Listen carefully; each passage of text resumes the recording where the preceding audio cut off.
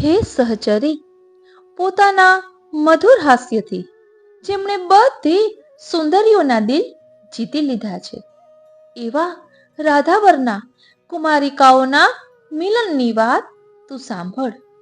લક્ષ્મીજી પણ આવા મિલનની આશા રાખે છે, પણ તેમનું પણ પ્રભુ સાથે આવું મિલન થતું નથી. ત્રણે લોકની યુવતીઓ જેને પ્રાપ્ત કરી નથી શકી એવા માધવવર જેમને વશ થયા છે, એવી આ કુમારિકાઓના મહાભાગ્યનું શું કહેવું? પૂર્વજન્મમાં જનક આત્મજાના પ્રિયતમ શ્રી રામનો સ્નેહ સંપાદન કરી પોતાના મહાભાગ્યરૂપ નિધિ જેણે સંપાદિત કર્યો હતો, એવી આ કુમારિકાઓ વ્રજમાં પ્રગટ થઈ છે. આ વ્રજભૂમિ શ્રી હરિની ઉત્તમ વિહાર ભૂમિ છે એવો નિશ્ચય કરી એમણે ખૂબ આનંદપૂર્વક વ્રજભૂમિમાં નિવાસ કર્યો છે. જેમની ચરણ રજ જ ગોકુળવાસીઓનું જીવન છે, એવા સ્વયં પોતાના ગુણોની જેમને ઉપમા આપી શકાય છે, એવા ગોકુલના નાથ આ કુમારિકાઓ પ્રકટ થયા પછી સ્વયં પ્રકટ થયા. નંદનંદનના રૂપામૃતનો વિલાસોથી મોહિત આ કુમારિકાઓએ અતિ દુર્લભ પ્રિયતમના મિલનની પ્રાપ્તિ માટે પ્રસન્નતાથી વ્રત કરવાનો વિચાર કર્યો. એ જ છે વ્રતચર્યા. વૃંદાવનના મધુર રસમાં એક અદ્ભુત અને ગહન લીલા છુપાયેલી છે. એ છે ચીરહરણ લીલા. આ માત્ર એક ઘટના નથી, પણ આત્મા અને પરમાત્મા વચ્ચેના અહંકાર વિહીન સમર્પણનું પ્રતીક છે. ગોપીજનોએ જ્યારે પોતાના મન, વચન અને કાયાને સર્વથા શ્રી કૃષ્ણને અર્પણ કરી દીધા, ત્યારે તેઓએ દૈવી પ્રેમની પરાકાષ્ઠા પામી. એ જ સમયે યમુના તટે દેવીની મૂર્તિ સ્થાપીને, એ પણ શ્રી યમુનાજીના રજમાંથી તેમણે જે પૂજન કર્યું, એ મૂર્તિ શ્રી યમુનાજીની રજમાંથી સિદ્ધ થયેલી હતી. એ પૂજનના અંતે સ્વયં શ્રી કૃષ્ણએ એ જ મૂર્તિમાંથી પ્રકટ થઈને પોતાના પરમ ભાવભર્યા દર્શન આપ્યા, જે બતાવે છે કે આ સાચી ભક્તિમાં દેવ અને ભક્ત વચ્ચે કોઈ અલગાવ નથી. આ ચીરહરણ લીલા આપણને શીખવે છે કે જ્યારે ભક્તિ અહંકારથી મુક્ત થાય છે ને, ત્યારે પરમાત્મા પોતાના સ્વરૂપે પ્રગટ થાય છે. ચાલો આજે આ લીલાનું રહસ્ય સમજવાનો પ્રયત્ન કરીએ, જેમાં છે ભક્તિની નિર્વાણ સ્થિતિ, પ્રેમનો ઉલ્લાસ અને પ્રભુની કૃપાનું અનંત દર્શન. વાલા વૈષ્ણવો, જય શ્રી કૃષ્ણ. હું માનાતુરી આપ સર્વે વૈષ્ણવોનું આજના આ અલૌકિક સત્સંગમાં હાર્દિક સ્વાગત કરું છું. ધર્મશાસ્ત્રની દ્રષ્ટિએ જલાશયમાં નિરાવરણ સ્નાન કરવું યોગ્ય નથી. તેથી કુમારિકાઓનો અપરાધ ક્ષમા કરવા શ્રી ઠાકોરજીએ આ લીલા કરી હતી. શ્રી કૃષ્ણ ધર્મના રક્ષક હોવાથી કુમારિકાઓને આવી ભૂલ ન કરવા આ લીલા દ્વારા ઉપદેશ આપ્યો હતો. આ વ્રત દ્વારા કુમારિકાઓએ પોતાનું સર્વ સમર્પણ કરવાનો ઉત્કટ તાપ સેવ્યો હતો. સર્વસ્વનું સમર્પણ કરવાની તત્પરતા હોવા છતાં નિરાવરણ શરીરથી પ્રભુની સામે જવામાં સંકોચ થતો હતો. વસ્ત્ર એક પ્રકારનું આવરણ અર્થાત માયા છે. માયાનું આવરણ દૂર થાય ત્યારે જ પ્રભુ સાથે સંબંધ થાય. માયાનું આવરણ દૂર કરવા લોકવિધની લજ્જાનો ત્યાગ કરવો જરૂરી છે. ભગવાને માયાનું આવરણ દૂર કર્યું. આ લીલા દ્વારા ભગવાને સૂચવ્યું કે જે લોકો મને પતિ રૂપે પ્રાપ્ત કરવા ઈચ્છતા હોય તેની લોકલાજ અને વેદ મર્યાદા તોડવી પડશે. કારણ કે આવરણ એટલે કે માયા હશે ત્યાં સુધી પ્રેમ અને સમર્પણ અપૂર્ણ રહેશે. આવરણવાળી ભક્તિ ઉત્તમ ભક્તિ નથી. આ લીલા પાછળ બીજું એક રહસ્ય પણ છે. શ્રી કૃષ્ણે પૂતનાનું પૈપાન કર્યું હતું. પૂતનાને 16,000 બાળકોના પ્રાણ ચૂસીને તેના હૃદયમાં રાખ્યા હતા. તે 16,000 બાળકના પૂમભાવ ભગવાને પૂતનાનો વધ કરી પોતાના હૃદયમાં ધારણ કર્યા હતા. આ પૂમભાવનું દાન વસ્ત્રો દ્વારા કુમારિકાઓમાં સ્થાપન કર્યું, જેથી રાસલીલા માટે તેમને અધિકાર પ્રાપ્ત થયો. ચીરઘાટના દર્શનીય સ્થાનોમાં અહીં ચીરકદમ, કાત્યાયની દેવીનું મંદિર અને શ્રી ચીરબિહારીજીના દર્શન તેમજ શ્રી ગુસાઈજીના બેઠકજી બિરાજે છે. અહીં ગોરને વસ્ત્રદાન કરવાનો મહિમા છે. શ્રી ગુસાઈજીના બેઠકજી પીપળના વૃક્ષ નીચે બિરાજે છે. અપરસ કરવા નજીકમાં કૂવો છે. શ્રી ગુસાઈજી અહીં 3 દિવસ સુધી બિરાજ્યા હતા. શ્રૃંગાર રસ મંડનના વ્રતચર્યા પ્રકરણનું લેખન કાર્ય પણ અહીં કર્યું હતું. બોલો શ્રી વલ્લભાધીશ કી જય. પ્રિય રસિકજનો, અહીં શ્રી ગુસાઈજીએ વ્રતચર્યા વિશે જે ખુલાસો કર્યો છે તેનું થોડુંક ભાવદર્શન કરીએ. પ્રિય રસિકજનો, આપણા શ્રી ગુસાઈજી ચીરઘાટે બિરાજીને રસ સર્વસ્વમ નું વર્ણન કરી રહ્યા છે, જેમાં આ વ્રતચર્યા લીલાનું વર્ણન છે. આપ કહે છે કે પદ્મ પુરાણમાં કહ્યું છે કે દંડકારણ્યમાં તપ કરતા 16,000 ઋષિઓએ કોટી કંદર્પ લાવણ્ય રૂપ ભગવાન રામચંદ્રજીને જોયા. ત્યારે એમની સાથે રમણ કરવાની ઈચ્છા થઈ, પણ ભગવાન રામચંદ્રજી તો મર્યાદા પુરુષોત્તમ છે. એક પત્ની વ્રતનું પાલન કરવાનું છે. ભગવાને વરદાન આપ્યું કે કૃષ્ણ અવતારમાં તમારા મનોરથ પૂર્ણ થશે. આ ઋષિઓ જ વ્રજમાં નંદગોપની કુમારિકાઓ તરીકે અવતર્યા. આદિવરા પુરાણમાં પણ કહ્યું છે કે ભગવાન શ્રી કૃષ્ણ સાથે રમણ કરવાની ઈચ્છાથી 16,000 ઋષિઓએ કૃષ્ણ અવતારમાં ગોપી રૂપ ધારણ કર્યું અને શ્રી કૃષ્ણ સાથે રમણ કર્યું.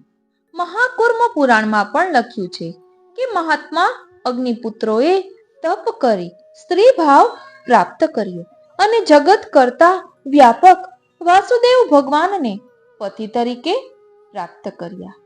એ આ કુમારિકાઓ પૂર્વજન્મમાં ઋષિઓ હતા. એમને શંકા હતી કે એમને કોઈ બીજાને દાનમાં આપશે એટલે ભગવાનને પતિ તરીકે પ્રાપ્ત કરવા એમણે વ્રત કર્યું. હેમંત પ્રથમે માસી, હેમંત ઋતુના પ્રથમ માસ માક્ષર મહિનાના નંદગોપ કુમારિકાઓ એ વ્રતનો પ્રારંભ કર્યો. કારણ કે સ્વયં ભગવાને ભગવદ્ ગીતામાં શ્રીમુખથી કહ્યું છે, માસાનામ માર્ગ શીર્ષો સહમ, માસોમાં હું માક્ષર માસ છું. કુમારિકાઓએ કરેલા ભગવાનની શક્તિરૂપ કાત્યાયની દેવીના વ્રત અને ફળ રૂપે ભગવાને કરેલી ચિરહરણ લીલાનું વર્ણન દશમ સ્કંધના 22મા અધ્યાયમાં શ્રી સુખદેવજી મહારાજે કર્યું છે. શ્રીમદ વલ્લભાચાર્યજીની સુબોધિનીજી ટીકા સાથે આ લીલાના અવગાહન માટે તેનું મનન ચિંતન કરવું ખૂબ જરૂરી છે. એ આપણે અલગથી લઈશું શ્રી સુબોધિનીજી આધારિત. અત્યારે શ્રી ગુસાઈજી આ લીલાનું વર્ણન કરતા રસ સર્વસ્વમ માં કહ્યું છે. શ્રી ગુસાઈજીને પુષ્ટિ સંપ્રદાયની પરંપરામાં રાધાજીના અંતરંગ સખી શ્રી ચંદ્રાવલીજીનો અવતાર ગણવામાં આવે છે. ભગવાનની બધી લીલાઓને સાક્ષી રૂપે જોઈએ. લીલાઓનું વર્ણન સ્વસવમાનશીલ સખીઓ વચ્ચે કરે છે. અવસરમાં સેવા અને અનુસરમાં સ્મરણ એ પુષ્ટિ ભક્તિ માર્ગની ચિત્તને સતત પ્રભુમાં સંલગ્ન રાખવાની સેવાની રીત છે. અહીં સ્વમાનશીલ સખીઓ ભેગી થઈ પ્રભુની લીલાનું અવગાહન કરી રહી છે. ત્યારે એક સખી પોતે જોયેલી વ્રતચર્યાની લીલાનું વિસ્તારથી વર્ણન કરે છે. પોતાનું રસ સર્વસ્વ પ્રભુને સમર્પિત કરી કુમારિકાઓએ ભગવાનને પ્રાપ્ત કર્યા છે. એમ જીવ પણ સંપૂર્ણ આત્મસમર્પણથી શ્રીહરિને પ્રાપ્ત કરી શકે છે.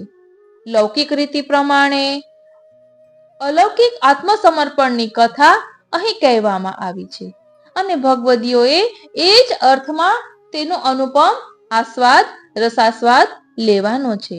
ગ્રંથના ઉપસંહારમાં શ્રીમદ પ્રભુચરણ જેમ આપણને પણ મનોરથ કરીએ કે કોઈ પણ પ્રકારના મોક્ષમાં જેમની જરાય રુચિ નથી એવા ગોપીજનો જે રસ સર્વસ્વ કહ્યું છે એ નિર્મલ ભક્તિ રસનો સર્વસ્વ આપણા આત્મા, પ્રાણ, ઇન્દ્રિય અને હૃદયમાં સ્વયં બિરાજો. તો ચાલો આ વ્રતચર્યા લીલાનું સખીએ જે દર્શન કર્યું છે તેનું થોડુંક ભાવ દર્શન કરીએ. બોલો શ્રી વલ્લભાધીશ કી જય. હે સહચરી, પોતાના મધુર હાસ્યથી જેમણે બધી સુંદરીઓના દિલ જીતી લીધા છે એવા રાધાવરના કુમારિકાઓના મિલનની વાત તું સાંભળ. લક્ષ્મીજી પણ આવા મિલનની આશા રાખે છે, પણ તેમનું પણ પ્રભુ સાથે આવું મિલન થતું નથી.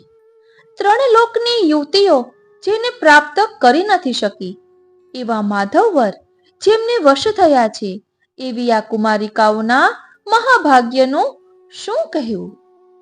પૂર્વજન્મમાં જનક આત્મજાના પ્રિયતમ શ્રી રામનો સ્નેહ સંપાદન કરી પોતાના મહાભાગ્યરૂપ નિધિ જેણે સંપાદિત કર્યો હતો એવી આ કુમારિકાઓ વ્રજમાં પ્રગટ થઈ છે. આ વ્રજભૂમિ શ્રી હરિની ઉત્તમ વિહાર ભૂમિ છે એવો નિશ્ચય કરી એમણે ખૂબ આનંદપૂર્વક વ્રજભૂમિમાં નિવાસ કર્યો છે. જેમની ચરણ રજ જ ગોકુળવાસીઓનું જીવન છે એવા સ્વયં પોતાના ગુણોની જેમને ઉપમા આપી શકાય છે એવા ગોકુલના નાથ આ કુમારિકાઓ પ્રકટ થયા પછી સ્વયં પ્રકટ થયા. નંદનંદનના રૂપામૃતનો વિલાસોથી મોહિત આ કુમારિકાઓએ અતિ દુર્લભ પ્રિયતમના મિલનની પ્રાપ્તિ માટે પ્રસન્નતાથી વ્રત કરવાનો વિચાર કર્યો. એ જ છે વ્રતચર્યા. ચંપો, કુમુદ, જાઈ, કુર્બક, મોગરો વગેરે પુષ્પોના વૈભવથી જેને વસંત ઋતુને જીતી લીધી છે એવી હેમંત ઋતુમાં વ્રતનો પ્રારંભ કર્યો. ઠંડીની શરૂઆતને લીધે હેમંત ઋતુ પ્રિયતમના ગાઢ આલિંગન માટે અનુકૂળ છે. ચંદ્રમા પોતાની પ્રિયતમા રાત્રિને ગાઢ આલિંગન કરે છે. એને છોડતો નથી એટલે કે શિયાળાની રાત્રિ લાંબી હોય છે. હે નીલનેત્રાક્ષી, હવે થોડા જ સમયમાં નીલકમલનો વિકાસ થવાનો છે એટલે કુમારિકાઓની નજરના ઉત્સવના રૂપમાં શ્રી કૃષ્ણના દર્શન થવાની સૂચના થાય છે. રજનીકર એટલે ચંદ્રમાના કિરણોથી રંજિત થયેલા સુગંધિત નીલકમલોના વિકાસથી એમ લાગે છે કે જાણે આ કુમારિકાઓના નયનો કેલી ચુંબનથી અનુરંજિત થઈ ગયા છે. સવારના પહોરમાં ઉગતા સૂર્યના રક્તિમ કિરણોથી મુકુલિત કુમુદિનીથી જણાય છે કે પ્રિયતમ સાથેના રાત્રિ વિલાસના જાગરણથી આ કુમારિકાઓના નયનો પણ રક્તિમ અને અર્ધ બીડાયેલા હશે. વિરહી ચકવા ચકવી આદ્ર સ્વરથી રુદન કરી રહ્યા છે. ઠંડો પવન વાઈ રહ્યો છે. પોતાના પ્રિયતમ ચંદ્રના દર્શનથી કુમુદો પ્રસન્ન થઈ ગયા છે, પણ તેમની પ્રસન્નતા વિરહીજનોને પોતાના પ્રિયતમની યાદ અપાવી દુઃખી કરી રહી છે. ચંદ્ર વિરહીજનો પર જાણે અગ્નિ વરસાવી રહ્યો છે. આ બધા વડે હેમંત ઋતુ વિરહીજનોને લાંબા સમય સુધી તપ કરાવી તપસ્વીની પદવી અપાવી રહી છે. પ્રિયતમ ચંદ્રના દર્શન કરી પુષ્પવતી કુમુદિનીઓએ કામથી આહત થવાથી લજ્જા તજી દીધી છે. મોગરાના પુષ્પો એમને જોઈ હસી રહ્યા છે. પ્રભાતમાં યમુનાજીના જલ સહેજ ઉષ્ણ છે, પછી તે શીતળ થઈ જશે. એ બતાવે છે કે પ્રભુના અંગસંગની અભિલાષામાં કુમારિકાઓના દેહમાં પહેલા તાપ છે, તે મિલન પછી શીતળ થઈ જશે. હે સખી, એમ લાગે છે કે આ હેમંત ઋતુ આ કુમારિકાઓને વ્રજેશની રતિની યોગ્ય માનીને એમને કમ, શીતકાર, રોમાંચ વગેરે રતિ વિલાસોનું શિક્ષણ આપી રહી છે. હેમંત ઋતુ 6 પ્રકારે કુમારિકાઓને સૂચન કરી રહી છે. પેલું કુસુમ રતિ, બીજું રતિશ્રમથી થતો પ્રસ્વેદ, ત્રીજું વિરહ, ચોથું સતત વહેતા અશ્રુ, પાંચમું દિવસે હરિવિરહનો તાપ અને છઠ્ઠું રતિકલાના સિતકારો. યમુનાજીમાં સ્નાન કરી મન, વચન અને દેહને પવિત્ર કરી કુમારિકાઓએ પવિત્ર વસ્ત્રો ધારણ કર્યા. હે સખી, શ્રૃંગારરૂપ આત્મા અને બ્રહ્મના ઐક્યનું પ્રતિપાદન કરતી શ્રુતિઓનું ભ્રમરરૂપ મુનિઓ ગાન કરી રહ્યા હતા. જો કે ચંદ્રમા થોડી જ વારમાં અસ્ત થવાનો હતો, છતાં કુમુદો પ્રસન્ન હતા, કારણ કે 16,000 ગોપીઓના વદન કમળને વિકસિત કરનાર ચંદ્રરૂપ ભગવાન પધાર્યા હતા. જો કે સૂર્યોદય થયો ન હતો, છતાં એમના દાંત અને અધરોના દિવ્ય પ્રકાશથી શુભ સૂચક કમલો અર્ધા ખીલ્યા હતા. આ અર્ધવિકસિત કમલોને જોઈને ચકવા ચકવી વિરહ તજી એકબીજાની નજીક આવવા લાગ્યા હતા. ત્યારે અભિસારિકાની જેમ ઝડપથી આવતી ઝાંઝરના ઝણકારથી જેમના બધા પાપ દૂર થઈ ગયા હતા, એવી કુમારિકાઓએ દેવીની પૂજા કરી. જે દિશા એટલે કે પૂર્વ દિશા તરફ મુખ કરી એમણે પૂજા કરી હતી ને રાગવતી થઈ ગઈ હતી, તો જેમને પોતાના વરણ્ય માનીને પૂજા કરી હતી તે શ્રી કૃષ્ણ રાગયુક્ત થાય એમાં શું આશ્ચર્ય. એમણે યમુનાજીના કિનારા પરની રેતીને કાત્યાયની દેવીની અદ્ભુત મૂર્તિ બનાવી અને સ્વર રચિત મંત્રોથી દેવીની પ્રાણ પ્રતિષ્ઠા કરી. જ્યારે મૂર્તિમાં દેવી વિધિવત પધાર્યા ને, ત્યારે એમને પાદ્ય, આચમન અને અર્ધ્ય અર્પીને હે સખી, કાત્યાયની દેવીને સુંદર વસ્ત્રોથી આભૂષિત કર્યા. તેથી દેવી અતિ સુંદર દેખાવા લાગ્યા. પછી પ્રિયાઓએ કુમકુમ અને ચંદન ધરાવ્યા અને સોનાના સર્વ પ્રકારના આભૂષણોથી એમના શણગાર કર્યા. પછી એ પવિત્ર ભાવવાળી કુમારિકાઓએ સુગંધથી યુક્ત પુષ્પોથી ગૂંથેલી માળા પહેરાવી, વિવિધ પુષ્પો અને નાના કોમળ પલ્લવોથી દેવીનું અર્ચન કર્યું. લાલ અને પીળા ચોખા વડે તેમજ વિવિધ ધૂપ અને દીપ વડે દેવીનું પૂજન કર્યું અને દેવી સંતુષ્ટ થઈ પોતાના સ્વામી પ્રાપ્ત કરાવી આપશે એવો મનમાં મનોરથ કર્યો. ઘીમાં તળેલા વિવિધ પ્રકારના માલપુડા, ખજૂર, નાળિયેરી અને કેળના ફળો, શેરડી, દાડમ, દ્રાક્ષ, અંકુરી વગેરે વિવિધ પ્રકારના અમૃત જેવા ફળોનો ઉપહાર ધર્યો અને ભક્તિભાવપૂર્વક નમન કર્યું. મહાભાગ બ્રહ્માજીના હૃદયમાં પણ જે મંત્રોનો ઉદય થયો ન હતો, તેવા કાત્યાયની દેવીના મંત્રો આ કુમારિકાઓના હૃદયમાં ઉદિત થયા.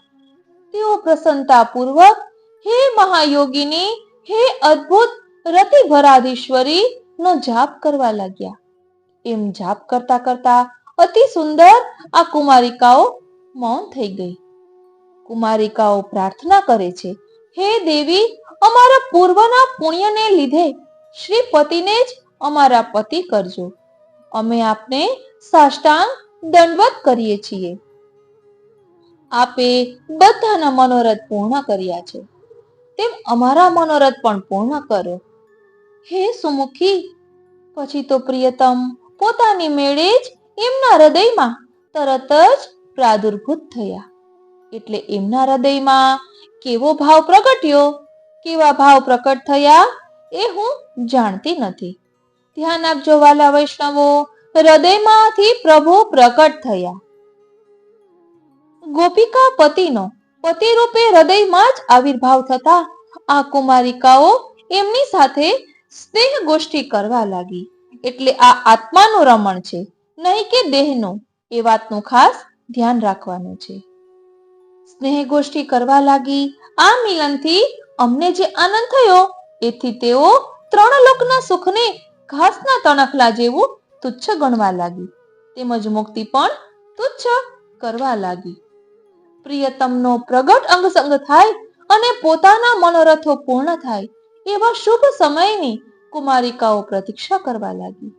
હે સુમુખી, ઉદાર ચરિત એ કુમારિકાઓ પ્રસન્નતાપૂર્વક ભાગવત ભાવામૃત સાગરમાં ઉઠતી લહેરોથી ભીંજાઈ ગઈ.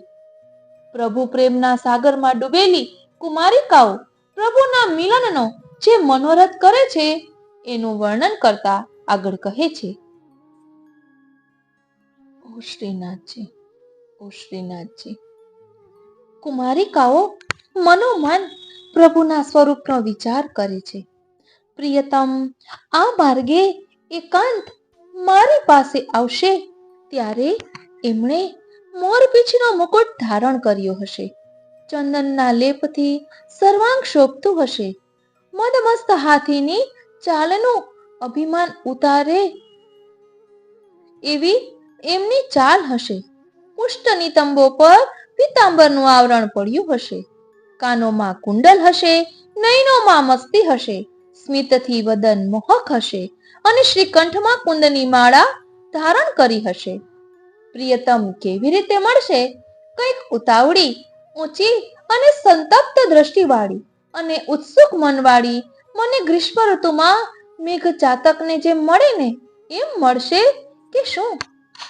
મરકત મણીના સ્તંભ જેવી સુંદર ભુજાઓથી, મારા કરેલા પૂર્વ પુણ્યોથી, અતિ ઉદાર હૃદયથી મને આલિંગન કરશે.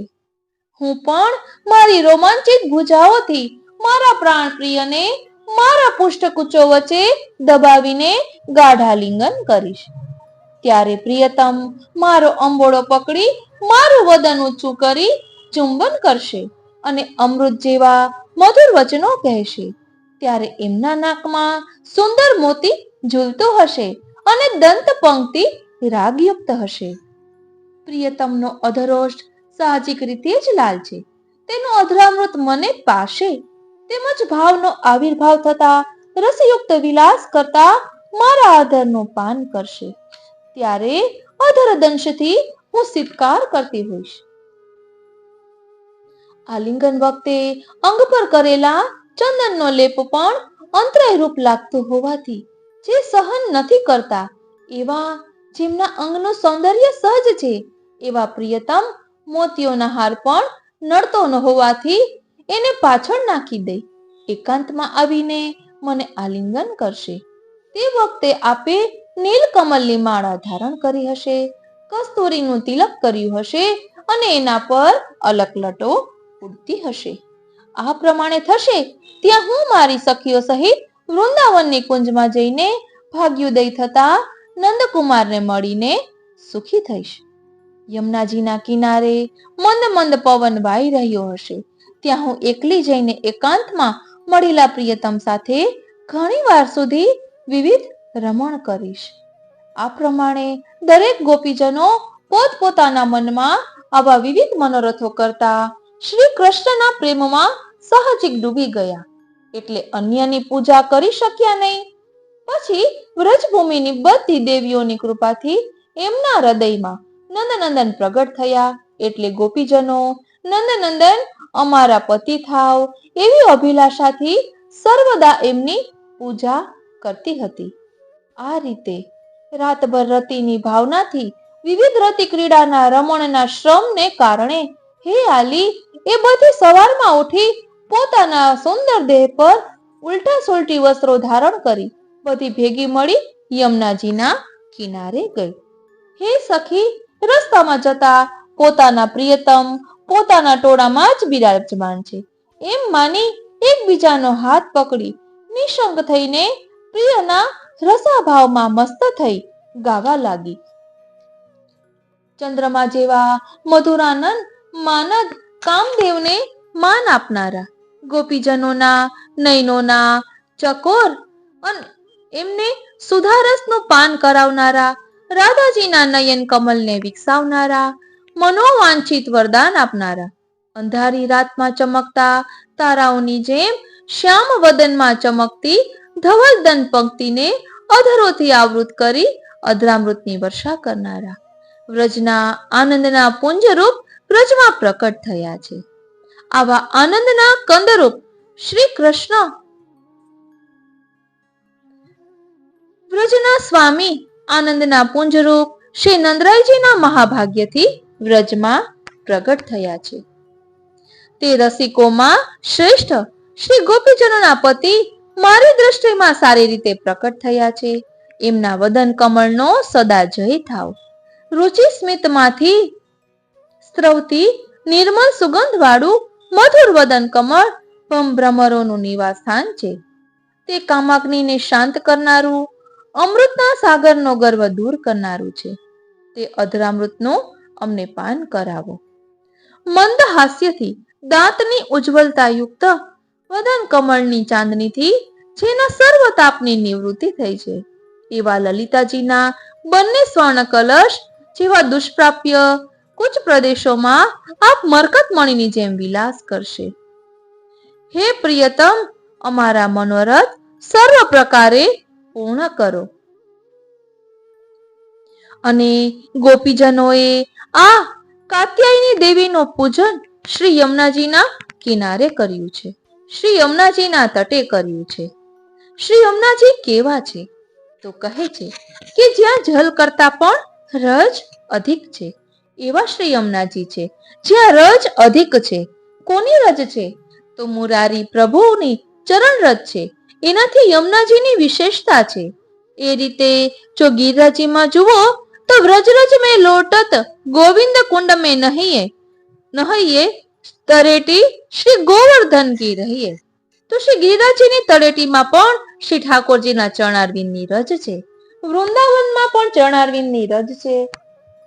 આ રજની મહત્તા વિશેષ રૂપે વ્રજમાં ગવાય છે. આટલી રજની મહત્તા વ્રજમાં છે. શ્રી ઠાકોરજીની ચરણ રજ અને ગોપીઓની ચરણ રજ બંને ચરણ રજ ત્યાં બિરાજે છે. જ્યારે ઉદ્ધવજી પણ વ્રજમાં ગયા ને ત્યારે મથુરાથી પ્રભુના ગુણગાન કરતા કરતા નીકળેલા અને જ્યારે વ્રજમાં આવ્યા ત્યારે ગોપીઓના ભાવે રંગાઈ ગયા અને પાછા વળ્યા ત્યારે ભગવાનના ચરણને ભૂલી ગયા અને બોલ્યા, વંદે નંદ વ્રજ સ્ત્રીણામ પાદરેણુમ ભિક્ષણશઃ યાસામ હરિ કથોદ ગીતમ પુનાતિ ભુવન ત્રયમ. ગોપીઓના ચરણ રજની વંદના કરતા કરતા ગોકુલથી નીકળ્યા તો પ્રભુની ચરણ રજ, ગોપીઓની ચરણ રજ અને ત્રીજી રજ વ્રજમાં છે. ગાયોની ખુર રજ એટલે ગાયો જ્યારે વ્રજમાં ચાલતી ચાલતી આવે એના ખુરની રજ ઉડે. એટલે જ આપણે ત્યાં મુહૂર્ત શાસ્ત્રમાં પણ વલ્લભકુલમાં જ્યારે પણ વિવાહ હોય ને ત્યારે વિવાહનો મુહૂર્ત શું લખે તો કહે છે ગોધુલી વેલા. બસ એટલું જ લખ્યું હોય કે ગોધુલી બેલામાં વિવાહ થશે. એમ લખ્યું હોય. ઉત્તમમાં ઉત્તમ મુહૂર્ત દિવસનું કયું હોય? જે સમયે વનમાંથી ગાયો પાછી વનમાં આવે, જે સમયે ગાયો વનમાંથી પાછી આવે અને એમની ખુરના રજ ઉડતા હોય એ સમય પરમ પવિત્ર માનવામાં આવે છે. આમ રજની મહત્તા છે. એટલે જ પુષ્ટિ માર્ગમાં સ્નેહની પ્રધાનતા કહી છે. પૂજા ષોડશોપચાર થાય, પંચોપચાર થાય, 16 પ્રકારથી, 5 પ્રકારથી અનેક પ્રકાર પૂજાના શાસ્ત્રોમાં બતાવ્યા છે. પણ પુષ્ટિ માર્ગમાં તો સેવા પ્રધાન છે. જેમ અન્ય મર્યાદા માર્ગીય મંદિરમાં આપણે જઈએ તો અનેકવિધ પ્રકારથી પૂજાના ક્રમ કરવામાં આવશે. આપણા ઘરે પણ આપણે પૂજન કર્યું હોય તો છેક આહવાનથી લઈને વિસર્જન સુધીની વિધિ કરવામાં આવે. ષોડશોપચાર પૂજા થાય, એક સોપારીમાં પણ ગણપતિનું આહવાન થઈ જાય અને કાર્ય થયા પછી એમનું વિસર્જન થાય. એટલે કે પૂજામાં આવાહન અને વિસર્જન છે, કારણ કે ત્યાં દેવતા છે. સેવામાં દેવતા નથી, સેવામાં તો સ્વરૂપ છે. એટલા માટે આપણે ત્યાં દેવતા રૂપે ભગવાનને નથી માનતા. એટલે જ દીવો આદિ આપણે ભગવાન આગળ નથી કરતા. ત્યાં તો બાલ ભાવ છે, સેવા ભાવ પ્રધાન છે. પૂજા હોય ત્યાં ધૂપ દીપ ને નૈવેદ્ય આદિ થાય. સેવામાં તો આ સાક્ષાત નંદનંદન છે, મારું બાળક છે, હું યશોદા છું. નાના બાળક પાસે દીવો મૂકીએ તો એને બીક લાગે, ક્યાંક અડી જાય તો બળી જશે, મારા લાલનને શ્રમ ન પડી જાય. સ્નેહની પ્રધાનતા છે. એટલા માટે જ પુષ્ટિ માર્ગનો સેવા ક્રમ એટલે યથા દેહે તથા દેવે. જે આપણા દેહને અનુભવે એ જ આપણા ઠાકોરજીને પણ અનુભવે. એટલે શિયાળો હોય તો ફરગુલ ધરીએ, ગદલ ધરીએ, એ પ્રકારની સામગ્રી ધરીએ. ઉષ્ણકાલ આવે તો ફુવારા ચાલે, ખસના પડદાઓ લાગે. જેવી ઋતુ એવા ઠાકોરજીને સેવા, શ્રૃંગાર, તત્સુખનો ભાવ એ સેવામાં મુખ્ય ભાવ છે. સેવામાં બે ભાવ બહુ મહત્વના છે. એક તો પ્રગટતાનો ભાવ, કે મારા ઉપર કૃપા કરવા કોઈ આકાશથી ભગવાન નથી આવવાના. મારા પર કૃપા કરશે તો મારા માથે બિરાજતા લાલન મારા પર કૃપા કરવાના છે. આ સાક્ષાત છે, આ પહેલો ભાવ. અને બીજો ભાવ તત્સુખનો, હું શું કરું કે મારા પ્રભુને સુખ થાય. આ બે ભાવ સેવામાં બહુ જ મહત્વના છે. આ બે ભાવ રાખીને સેવા કરવી. આપણે ત્યાં અષ્ટયામનો ક્રમ છે, મંગળાથી શયન સુધીનો. તમે જ્યારે શ્રીનાથજીમાં દર્શન કરવા જાઓ, તમે ઘરે સેવા કરતા હો, જગાડો ત્યારથી પોઢાડો ત્યાં સુધી, એ શું છે? આખું વ્રજમાં ઠાકોરજી જે રીતે જાગતા અને છેક રાત્રે પહોંચતા, એ આખી ઠાકોરજીની દિનચર્યા છે. સવારે જાગવાથી લઈને અષ્ટયામનો આપણો સેવા ક્રમ છે. એટલે પુષ્ટિ માર્ગમાં તત્સુખના ભાવથી સેવા થાય છે. આમ અષ્ટયામના ભાવ રાખી ભગવત સેવાની પ્રધાનતા છે. પ્રિય રસિકજનો, જ્યારે ચીરહરણ નો પ્રસંગ બન્યો, એ પ્રસંગમાં પ્રભુએ ગોપીજનોને માત્ર વસ્ત્રો નથી આપ્યા, પરંતુ અહંકાર વિનાનું શુદ્ધ સ્વરૂપ પરત આપ્યું છે. અને એ દિવ્ય વસ્ત્રોનું દાન જેમ પ્રભુએ કર્યું છે ને, તેવી જ રીતે શ્રી યમુના મહારાણી આપણને તનોનવત્વનું દાન કરનારા છે. એટલે કે આપણા શરીરને પવિત્ર બનાવીને ભક્તિ યોગ માર્ગે દોરી જાય છે. શ્રી યમુનાજી એ કોઈ નદી નથી, પરંતુ એ તો પ્રીતમના પટરાણી છે, યમને મહારાણી છે. જે રીતે ગોપીજનોએ શ્રી યમુનાજીના રજથી મૂર્તિ બનાવી દેવીનું પૂજન કર્યું, એ દર્શાવે છે કે શ્રી યમુનાજીના આશ્રયથી પ્રભુ સ્વરૂપની પ્રાપ્તિ શક્ય છે. તો શ્રી યમુનાજીમાં રહેલા અષ્ટ ઐશ્વર્યોનું ભાવ દર્શન કરીએ, જે આપણા શ્રી મહાપ્રભુજીએ યમુનાષ્ટક સ્તોત્રમાં દર્શાવ્યા છે. શ્રી યમુનાજી પુષ્ટિ માર્ગીય અનેકવિધ સિદ્ધિઓને આપનારા છે. દાખલા તરીકે સાક્ષાત ભગવત સેવામાં ઉપયોગી દેહની પ્રાપ્તિ, ભગવાનની વિવિધ પુષ્ટિ લીલાઓના દર્શન પ્રાપ્ત કરી શકવાનું સામર્થ્ય, તે લીલાઓમાં વ્યક્ત થતા રસોનો અનુભવ કરી શકવાનું સામર્થ્ય તથા સર્વાત્મ ભાવ વગેરે. આ બધી પુષ્ટિ માર્ગીય સિદ્ધિઓ છે, જે સિદ્ધિઓ શ્રી યમુનાજી દ્વારા પુષ્ટિ જીવોને પ્રાપ્ત થાય છે. શ્રી યમુનાજી ભગવત ભાવને વધારનારા છે. ઓ શ્રીનાથજી, દેવાદી વિષયણી રતિ અથવા પ્રીતિને ભાવ કહેવાય છે. પુષ્ટિ માર્ગના આરાધ્ય દેવ શ્રી કૃષ્ણ જ છે અને શ્રી યમુનાજી પુષ્ટિ જીવને આજ શ્રી કૃષ્ણના સ્નેહ રૂપે ભગવત ભાવથી યુક્ત કરે છે. પોતાના આરાધ્ય શ્રી કૃષ્ણની સાથે સંબંધ જોડવામાં પુષ્ટિ ભક્તિ સામે જે કંઈ પ્રતિબંધ કે વિઘ્ન આવે છે તેને શ્રી યમુનાજી દૂર કરે છે. આ વિઘ્નોને હરી લઈને પુષ્ટિ ભક્તને ભગવદ અનુભવ કરવા યોગ્ય શુદ્ધ બનાવી દે છે. આથી શ્રી યમુનાજી પુષ્ટિ જગતને પાવન કરનારા છે. ચોથું, જેવા ગુણધર્મ અને રૂપ ભગવાને પુષ્ટિ લીલામાં પ્રકટ કર્યા છે તે બધા શ્રી યમુનાજીમાં પ્રકટ કર્યા છે. આથી શ્રી યમુનાજી સાથે જેઓનો સંબંધ સ્થાપિત થયો હોય તેમનો પરબ્રહ્મ પરમાત્મા ભગવાન શ્રી કૃષ્ણની સાથે પણ સંબંધ અનાયાસે જ સ્થાપિત થઈ ગયો એમ સમજી લેવું જોઈએ. પાંચમું, ભગવાનના પ્રિય ભક્તોમાં જે કંઈ કલીરૂપ દોષ હોય તેમને શ્રી યમુનાજી દૂર કરે છે. છઠ્ઠું, રાસલીલામાં ભગવાન તિરોહિત થઈ ગયા તે પછી જેવી રીતે ગોપીઓએ શ્રી યમુનાજીના તટ ઉપર નિસાધન ભાવથી શ્રી કૃષ્ણની પ્રતીક્ષા કરી તેવી જ રીતે જે કોઈ પુષ્ટિ જીવ શ્રી યમુનાજીના આશ્રયથી ભગવાનને શોધવા ઈચ્છે છે તે ભગવાનનો પ્રેમ પાત્ર બને છે તથા ભગવાનને મેળવી શકે છે. શ્રી યમુના જલપાનનું આ અસાધારણ મહત્વ છે. શ્રી યમુનાજી તેમનો જલપાન કરનારના દેહ, ઇન્દ્રિય આદિ કાલરૂપી પ્રવાહમાં તેમના આત્માને વહેવડાવીને ક્યારેય યમાલય એટલે કે યમદ્વાર સુધી નથી પહોંચાડતા, પરંતુ કાલાતીત પરમાત્માને પ્રેમરૂપી પાશથી બાંધીને પાન કરતા ભક્ત સુધી અવશ્ય પહોંચાડે છે. સાતમો, દેહ, ઇન્દ્રિય, પ્રાણ, અંતઃકરણ તેમજ આત્મા આવી રીતે સર્વ દ્વારા ભગવદ લીલા તેમજ ભગવત સ્વરૂપનો અનુભવ આ અલૌકિક સામર્થ્યને તનુ નવત્વ અર્થાત દેહનું નવીનીકરણ, દેહની નવીનતા કરી દે છે. હજારો પરિવત્સરથી વિખૂટો પડેલો જીવ જે પ્રભુથી વિખૂટો પડ્યો છે પોતાના કાળથી જર્જરિત દેહ, ઇન્દ્રિય વગેરેમાં એક એવી શક્તિ કે નવીનતાનો અનુભવ કરવા લાગી જાય છે. તેમને ભગવાનનો રસાત્મક અનુભવ બધી રીતે થવા માંડે છે. એટલું જ નહીં પરંતુ નિત્ય લીલામાં પણ શ્રી યમુનાજીને કારણે તેમને નવો દેહ મળી જાય છે.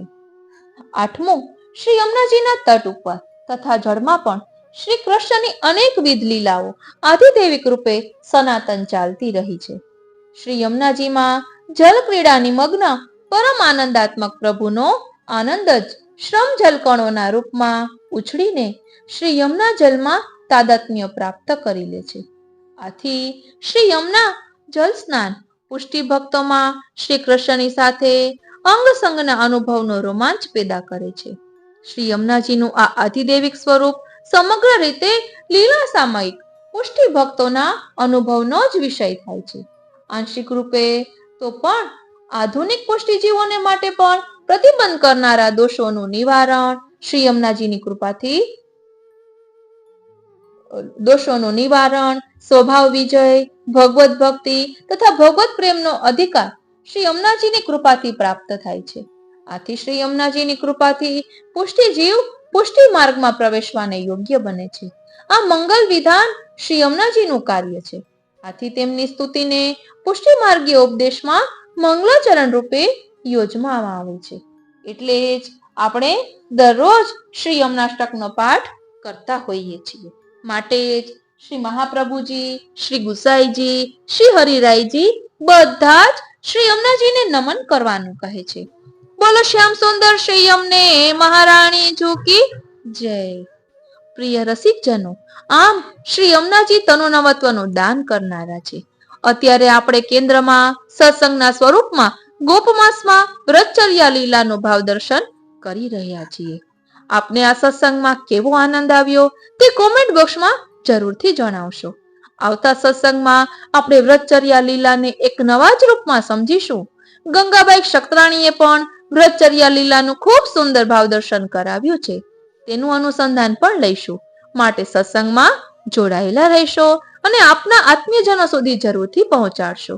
કારણ કે તુજ સંગે કોઈ વૈષ્ણવ થાય તો તું વૈષ્ણવ સાચો. એટલે આપના આત્મીયજનો સુધી આ સત્સંગ પહોંચાડશો. કારણ કે ઘણી વખત આવો ઊંડાણપૂર્વકનો સત્સંગ બધા પુસ્તકોમાં ન મળતું હોય તો આપને આ તૈયાર મળે, ફક્ત શેર કરવાથી બીજાના આત્માને આનંદ થાય તો એમના આશીર્વાદ પણ આપને મળે. આજનો આ સત્સંગ શ્રીનાથજી, શ્રી યમુનાજી, શ્રી મહાપ્રભુજીના ચરણારવિંદમાં સમર્પિત કરું છું અને એ જ વિનંતી ધરું છું કે અહીં દર્શાવેલા ભાવને અમે અમારા આત્મપટલ પર ધારણ કરી શકીએ એવી કૃપા કરો.